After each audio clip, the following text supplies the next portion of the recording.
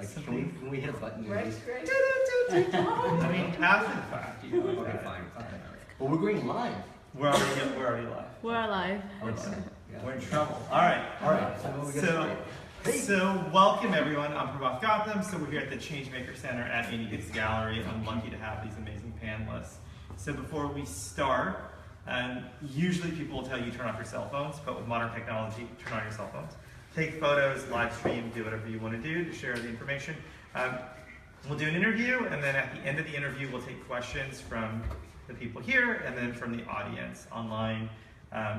Don't yell at questions in the middle, because I get scared, really. It's about me. I'm just scared already. So today the theme is medicine for the soul, the future of compassion-based medicine. The idea really is, how do we talk about the future of medicine, and especially in today's modern society where people are always worried about healthcare, and healthcare costs are both going up for individuals, for insurance companies, and also the human mortality is becoming a problem. So we're going to first start with Dr.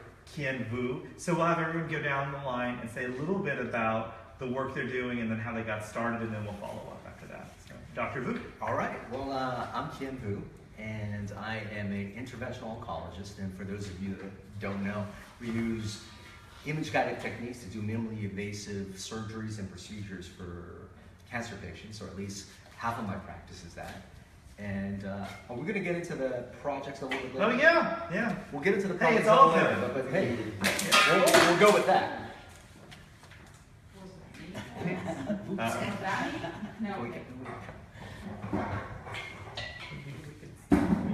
Everybody's safe.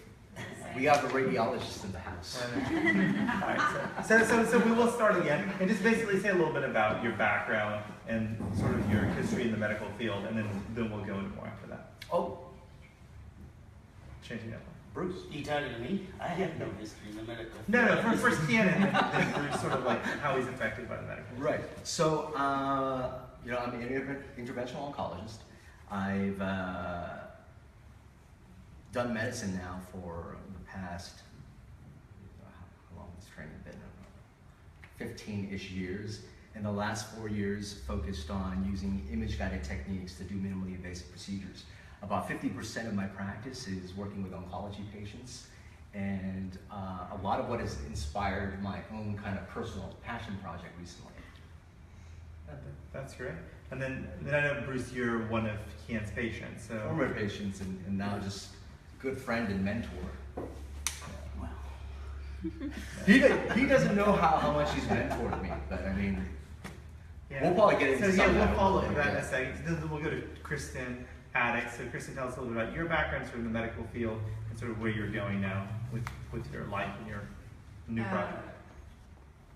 Having been sick when I was little and having to sort of bootstrap my own health, and I was one of the people, because I had pre-existing conditions, I couldn't get health coverage till only a few years ago when the Affordable Care Act happened.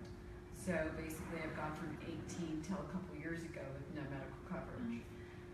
So I've had incidents that have happened, and one of them inspired the project that I'll talk about, which is a medical tool that lives in the app world, which helps facilitate patient and doctor post-procedure communications and makes a difference. So the patients feel taken care of, doctors are less stressed, and 30-day readmission rates are dropped. So it's a big mouthful, but it came from a personal experience, and sort of had an epiphany as a designer and fell into the med tech world myself. That's great. Right, so Dr. Vu, we'll go back to you, or you? We'll go with Kien here. Kien, all right, Dr. Kien.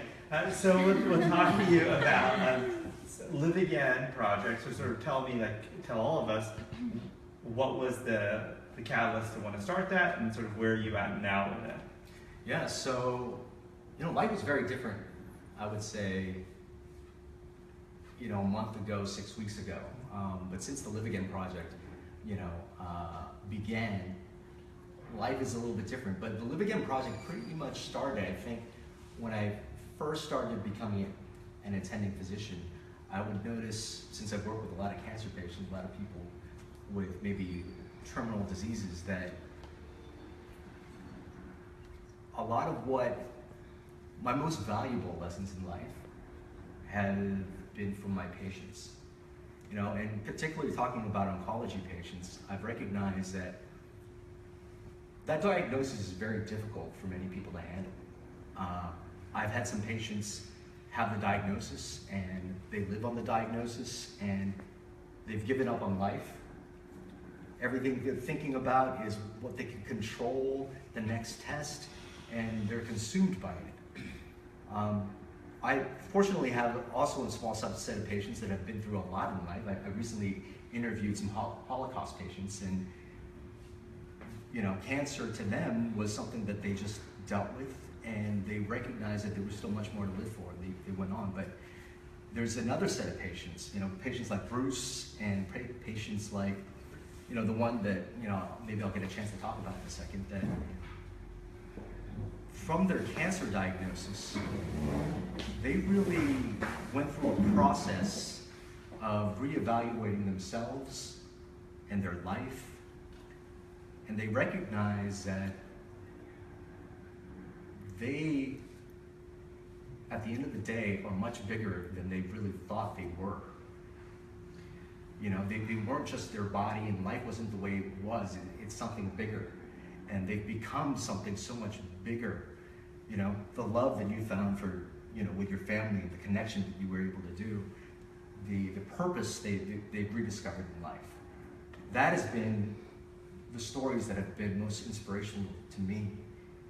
And after doing some work and meeting patients like Bruce, I really felt at some point I need to share the story. And you know, most recently, 2016 has been a very tough year for me. It started off, I couldn't use my arm for like a couple of months because I had shoulder surgery. I didn't think, you know, I'm a surgeon and not using my arm, well, it's tough. It was that. It was, I joined a new practice and trying to build a new practice and all the stresses associated with that. I, you know, ended a relationship during that time. That was tough.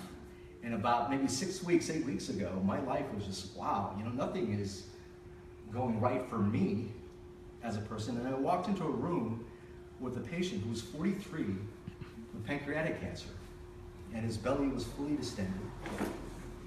And I had to do what's called a paracentesis, which is relieve some fluid. And I walk in the room, and I just remember feeling, because he had a really bright smile, I remember him saying, "Doc, it's really great to see you." And I was going through just in my head, oh man, I'm not getting my relationship right. This year really sucks. And I just look at him and I'm like thinking, I took a step back and I'm like, how is he able to be so bright and so positive and so present? And I just started to question that more. And he, you know, basically told me this. I said, how are you able to just be this way? You know, with this diagnosis, where do you find your strength? And he says, "Doc, well, it's a great day to be alive." And I was still sort of questioning that for a little bit, and I said, I understand that, but where do you get your strength? And he says, "Doc, it's easy. I don't live for me. I know my purpose, and every day I have the privilege of being on this earth. I can choose to love the people I'm around more and live my purpose."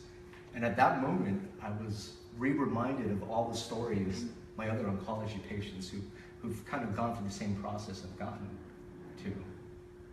And since then, I said, well, you know, I wanted to share these stories before, but I gotta make this happen now. So maybe just a few weeks ago, 2-3 weeks ago, I said, hey, and the name Live Again was just that, because it inspired me, and knock on wood, I don't think I have cancer, but it inspired me as somebody without that experience decide, wow, I do have a purpose that's larger than me. And that these stories, you know, just how vulnerable these people can be in sharing their life can inspire not only other cancer patients, because I've shared your story with other cancer patients, and they picked up. I'm like, wow, that's important to me. Yeah. And you recognize that people from all backgrounds. It doesn't matter what age you are, it doesn't matter how rich you are, it doesn't matter what race you are. This is something that is so real and true to so many people, and if you become vulnerable to that, you can see somebody else for their humanity, and then it allows yourself to become a bigger person that you didn't think you were before, which is what you told me you did after you got your diagnosis, right? Well, I always loved my family, Yeah. but what I did when I found that out, I wrote letters. Here I go. To each member of my family and express what they meant to me. And I'm just, in this thing, I'm just humbled by the fact that so many people care so much. And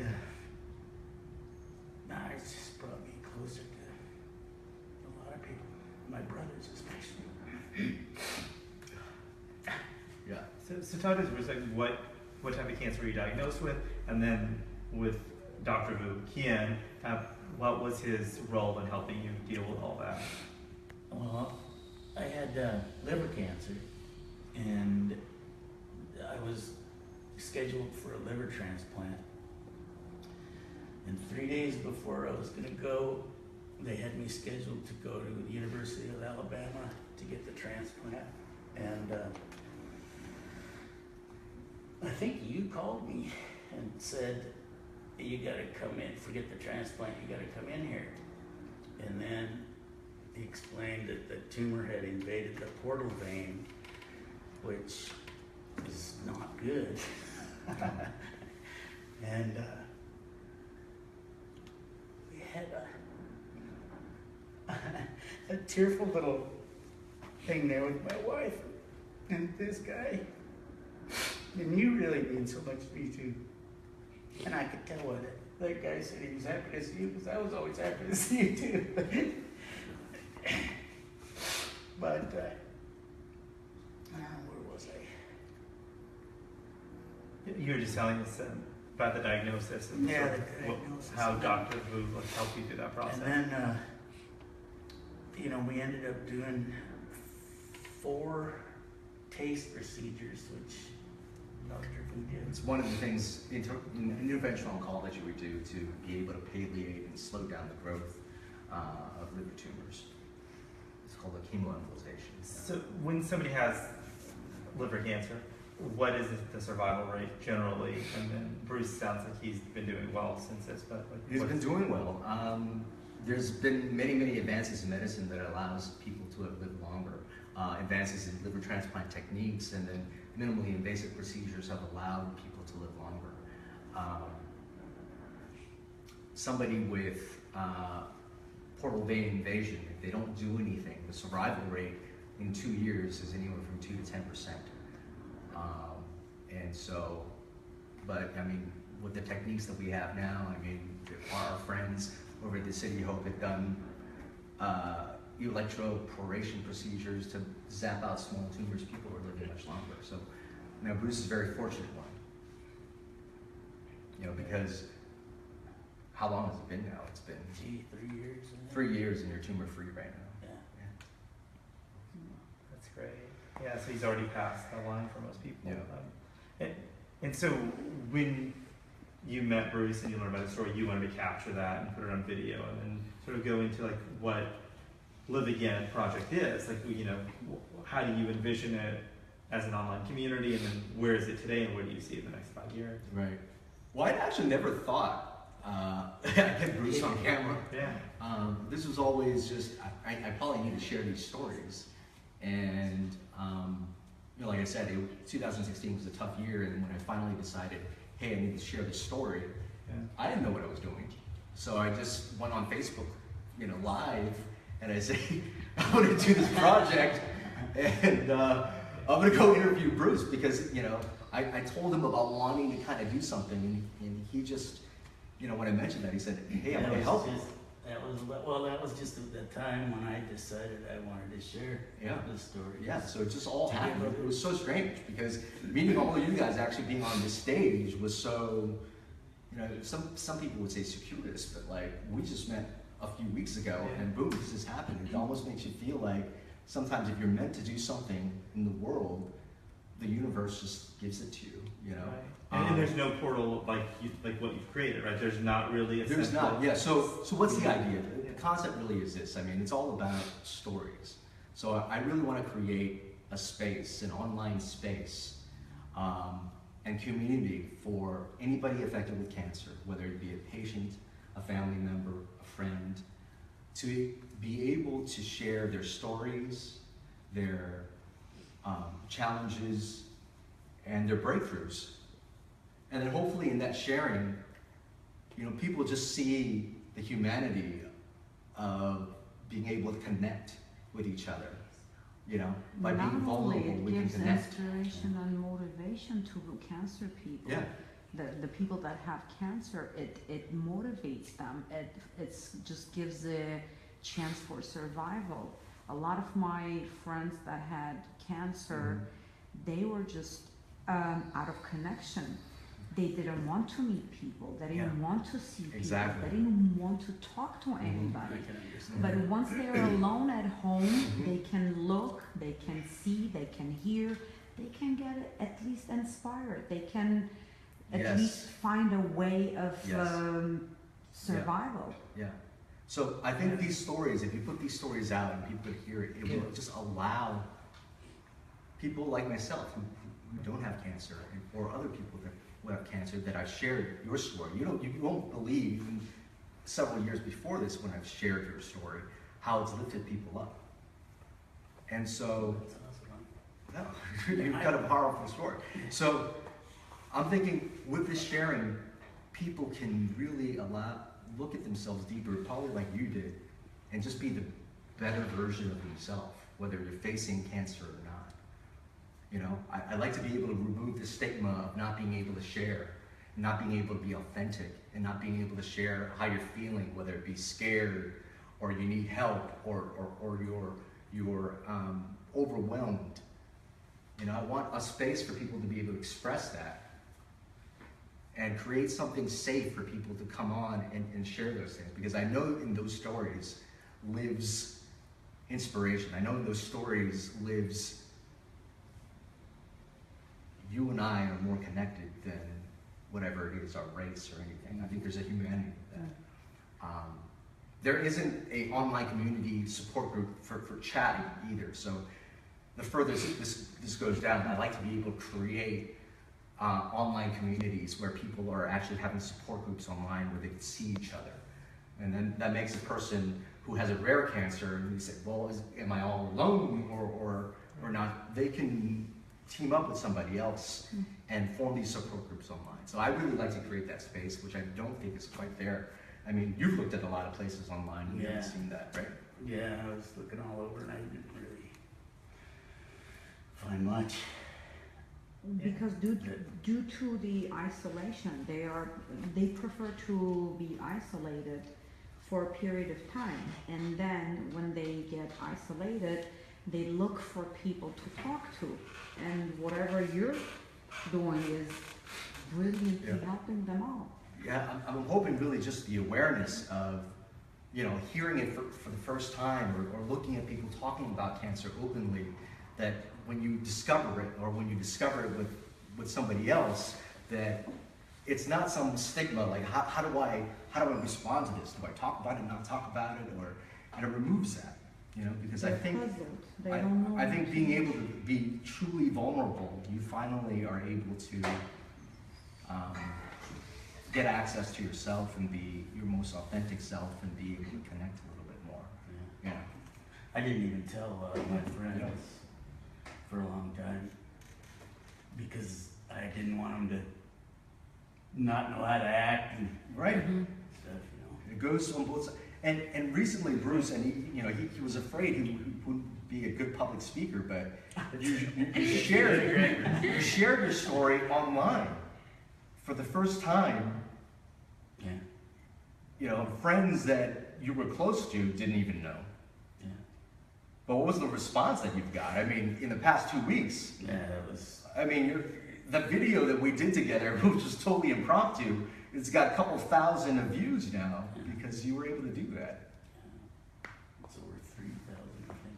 You're gonna be a star. No, I told him. He's going to be a motivational speaker, for sure. Or Adele and Lady Gaga. So let's get to Kristen. Kristen, talk a little bit about like your connecting between doctors and patients, and sort of like how your app started and where you're at with your app. Well, I've grown up with 2 doctors in my family, so I understand the brain of a surgeon. My brother-in-law is chief of staff of a hospital, and so I really get how the ER doctor and how the general surgeon's mind thinks. And I had a situation, and a lot of things that are brought into the world come from a personal experience. Yeah. So I had a surgery on my back, and it wasn't big and it wasn't huge, but it had 10 subcutaneous stitches and 10 topical stitches between my shoulder blades. It's not big, but it's not small. And having 2 doctors in my family, I follow my post-procedural instructions to the letter. And so it's on a Wednesday, and on a Thursday in the evening, I had my friend, because it was between my shoulders, remove my gauze and clean it as prescribed. And just being a kid of a family of doctors and having gone to doctors my whole life, I don't squeam. And I said, oh, let me look at that. And I looked in the mirror and it looked angry. And for people who don't know what that is, that's a term for hot or red or upset or possible infection. So I'm thinking it's 7 o'clock at night on a Thursday. Now in the old paradigm, I would have had the choice of him trying to shove me into his Friday clinic, blowing his staff's day, blowing his other patient's day, messing the whole calendar up for that day. And it's too early for me to have my stitches removed, so it's a wasted visit anyway, and if nothing's wrong. And if I call and describe it to him, he's gonna have no choice. Or he's gonna make me wait all weekend long and freak out. Like I have a grenade that's gonna have the pin pulled. I'm gonna think, what's going on? Is it infected? Is it infected? Is it infected? And just be on that track all weekend. So I thought, HIPAA be damned, it's my back. We all have one of these. And I threw my phone at my friend and said, you take a picture, I'm texting it to him. I know they're not supposed to, but if it ends up on the internet, it's my back. And I'm not Lady Gaga, so nobody's probably Or Bruce. wanting a picture of my back, right? Yeah. So I sent it to him, and 5 minutes later, there's a response. Looks great. See you at your follow-up next week. And I woke up the next morning and I realized that if there wasn't a VPN, which is a virtual private network, encrypted, HIPAA compliant, post-procedure, post-incident in an emergency room, messaging software, which has become way deeper than that. It helps people with post-procedural instructions, which is personalized. It helps triage for the doctor. What's the app's name, by the way? I don't believe you It's said called it. MDL, or My Doctor Links. And so it triages in the inbox for the doctor who needs to be answered first, because at the end of a 12-hour day of surgery, you're handed a stack of messages from some assistant, some baby doc, or some assistant or LPN, and you have no idea who to answer first. And now you have to spend 2 hours deciphering through all these messages, answering phone calls. 90% of the stuff really doesn't require a phone call. Can I take Tylenol instead of Advil? Yes, no. This is happening, go straight to the emergency room, I'll meet you there. I mean, a lot of stuff that looks great. Because to me, it looks bad. To you, it's what you see every day. You're like, wow, nice work. Right? And so patients really just want a reassuring pat on the back that everything's okay, or if it's not, to be instantly taken care of. But I've seen incidents where you look at the in and out box of a patient and the doctor's phone, and it's gone. It takes an average, one question takes an average of 45 minutes of manpower. It could, yeah. Yeah. Well, you call the receptionist. The receptionist now handles it and takes the message. They now go to an LPN or an assistant. The assistant now handles it and goes to maybe you. You then send it back down the food chain to the assistant. The assistant now goes to the receptionist if they're lucky. Or if the doctor thinks it's important that they now handle it, you have to wait till most of the time till the end of their day for a lot of physicians. So the patient in all this time is now waiting. And it has And been panicking. handled through so many people where the question was, can I take Tylenol instead of Advil? Because every time I take Advil, I want to throw up. And you're on rounds and you're in between rooms and it lives right in that little logo app, right? So it's not in your normal stream, it's not in your normal email, it's not in a message that's in an inbox somewhere, it's not in a voicemail that you have to, that's long-winded that you have to listen to, you're like, I can't later. And you don't mean that out of anything disrespectful, but you can't listen to a 5-minute voicemail sometimes between rooms on rounds. But you see the simple question of can I take Advil versus Tylenol, or can I take Tylenol versus Advil, and you know it's perfectly fine for that patient. Yes. Boom. Done. Now it's cleared Perfect. so many of the patients off the doctor's list that doesn't need time. Now you're left with quality time for the patients that really need your help. So it's also solved that people can actually now, the patients that actually need the doctor's focused attention can have it because their deck is cleared of all the stuff.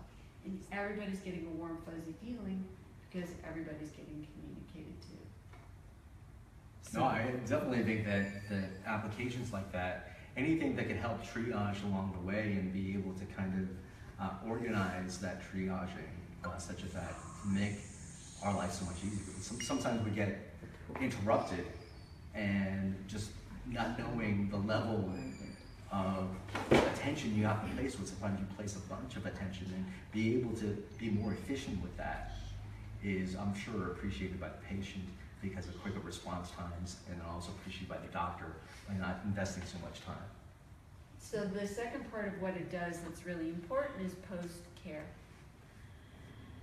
When people are discharged from a surgery, they're afraid, so they're not listening. They're under the influence of their medications, so they can't listen. And they just hear a task pattern in their head because they're afraid.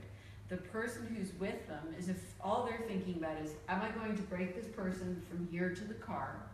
And when I get them home, I'm going to break them from the car to the house. They're scared to handling a fragile patient when they're sick. And it's usually right after surgery, or they've had their hands stitched up in an emergency room. People are it's like they're focused on the patient, not what the doctor or the nurse that's discharging them is saying. So now you go home with what's called an NCR triplicate. We've all seen why they give the patient the pink or the orange copy that's impossible to read with the blue ink, which has been chicken scrawled, with really life important instructions. And you're handed this pack of medication sometimes, and you're like, I have to take this on Tuesday, but not on Friday. I have to take this on Wednesday, and I have to take this every 6 hours. And they can't remember. So one of the things this does is it pops up reminders when you're supposed to take those particular medications, or to remind you if you're a hip patient to not bend more than a certain degree. And the patients feel very comforted knowing that it asks them the question, did you take your Tylenol with water? And it says, the reason why it says it in a question form is we did research and found that patients don't like to be told what to do. They don't like being asked a question. Did you take your Tylenol with water, yes or no? If you say no, it goes and says, would you like to reset the reminder? If you say no, the message box pops up because it knows you probably have a question.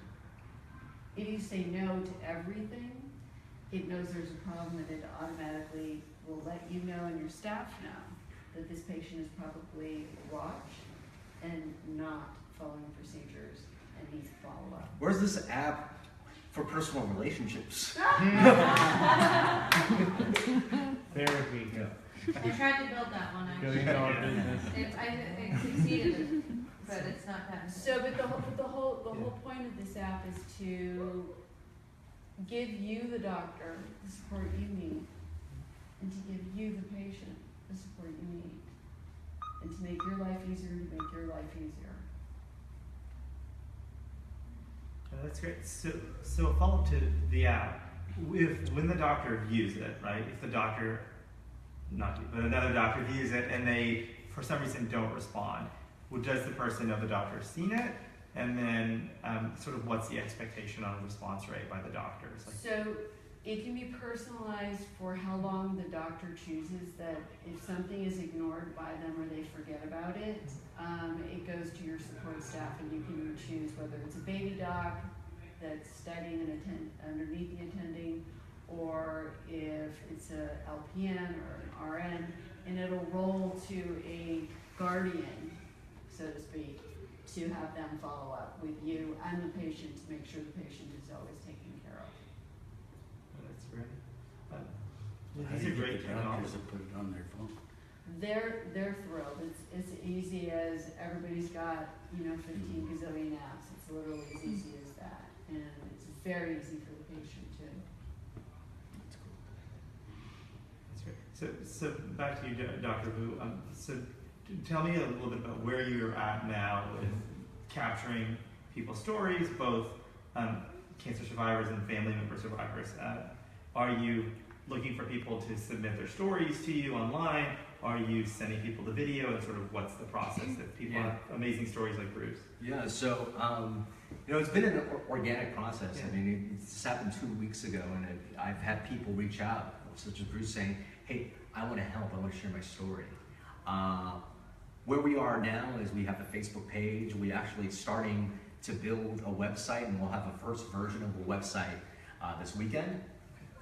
If people want to share their stories, now it doesn't have to be a story. Any way you want to express yourself, whether it be in song or whether it be a painting or whether it be a poem, however you want to express yourself, we'd like to hear about it. And you could actually contact us at mystory@liveagainproject.org. That's mystory@liveagainproject.org.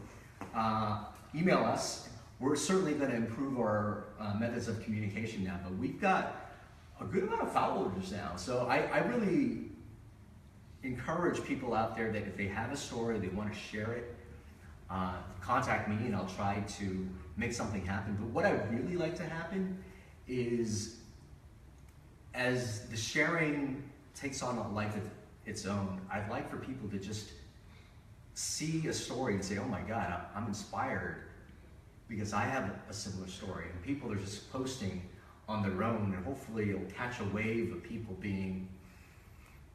have the courage to express themselves, have the courage to be vulnerable, and in that courage, allow themselves to be greater and allow somebody else to be greater from that. So I really like that ripple effect.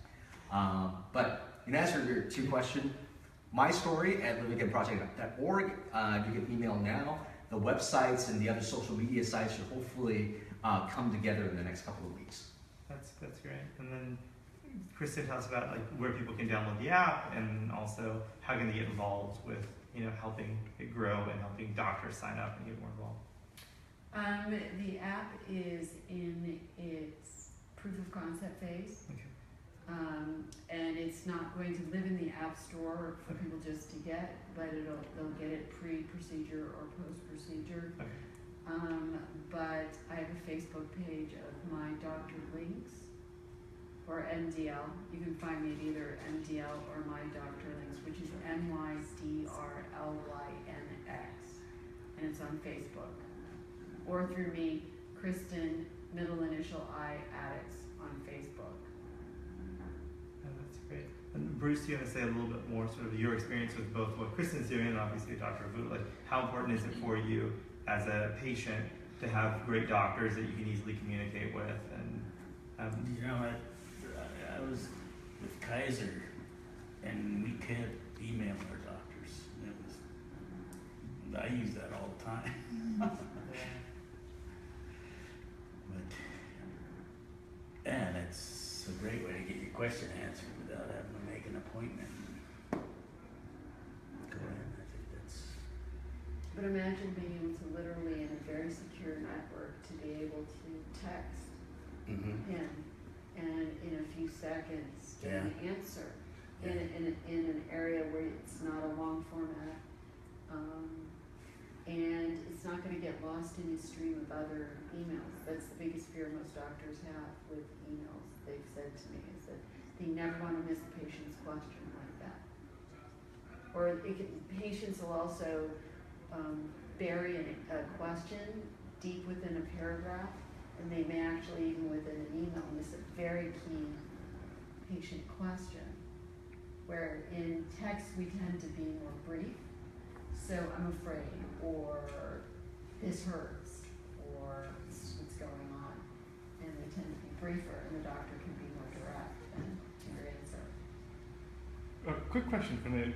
How would you go about screening for hypochondriacs in an app like this? Because I would imagine that would almost be like a Pandora's box. You give them a direct line to the doctor where they can answer every little question they have. Well, here's the fun part. One, they never have the doctor's cell phone number because it's a VPN. Two, the doctor said they would rather have a text hypochondriac than a long conversation.